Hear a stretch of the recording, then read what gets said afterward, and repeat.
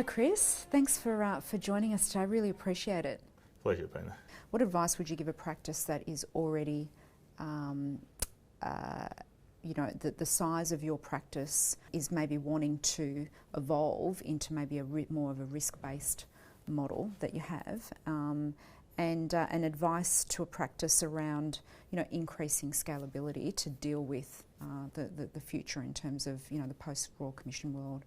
Oh, look, my advice would be, I suppose, they've got to be, with growth of any business, they've got to have distribution. So if they want to grow and they want to scale, they've got to work on where that work is going to come from. I think, your scale and your systems operations for us has always been a result of, okay, if we go and pick up this account, we're going to need this to be better or someone else there. So I think, you've got to put the horse before the cart and make sure that they've got the ins with the accounting firms or planners or general insurance or wherever they're going to get their work from.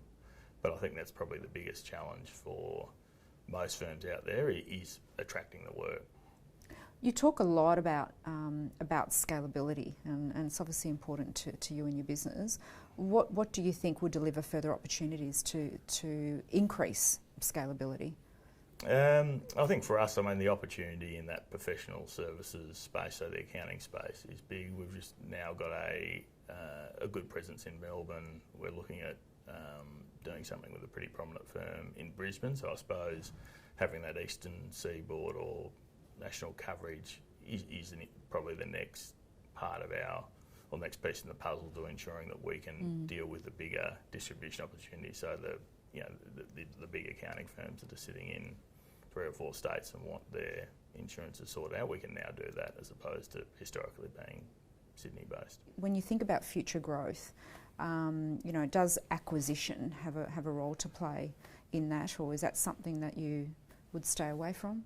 No, we'd certainly look at it, and we've made acquisitions over the past 4 or 5 years, and we'll continue to. A lot of P&R acquisitions are based around the referral arrangements or joint ventures we enter into. So we'll quite often go into an accounting firm that might have 2 or 3 million premium under management because they've done it bits and pieces with as part of their wealth management offering for a while. We'll come in, we'll buy the percentage of the joint venture off them. So we tend to stick to acquisitions that come with ongoing distribution as well. So if we were to buy an insurance business that was aligned with 2 or 3 accounting firms that would be buying the book and also picking up ongoing distribution.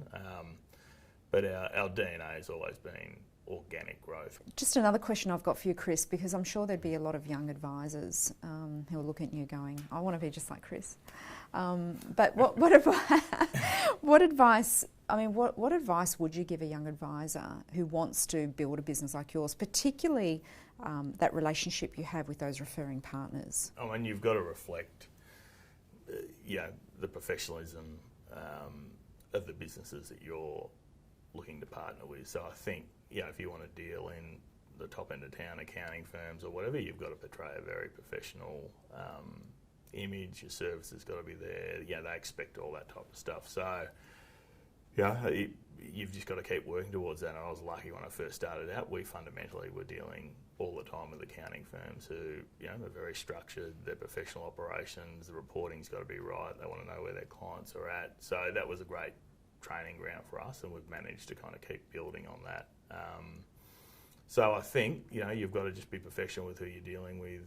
And a final question is, if you kind of look 10 years from now and look at your business 10 years from now, where do you think it'll be, and what would you have done? It's a bit of a moving beast at the moment. There's always something happening, but we certainly, we just want to keep doing what we're doing, so we want to keep improving, increasing our scale, refining our operations, but keep growing it, because at the end of the day, there is an under-insurance issue there. And then potentially corporatise it, I suppose, at some stage down the track. But, in the short term, we're trying not to overcomplicate things and just doing what we're meant to be doing. Thank you, Chris. Really appreciate you being with us today and spending your time with us. So thank you. Thanks, Ben. Cheers.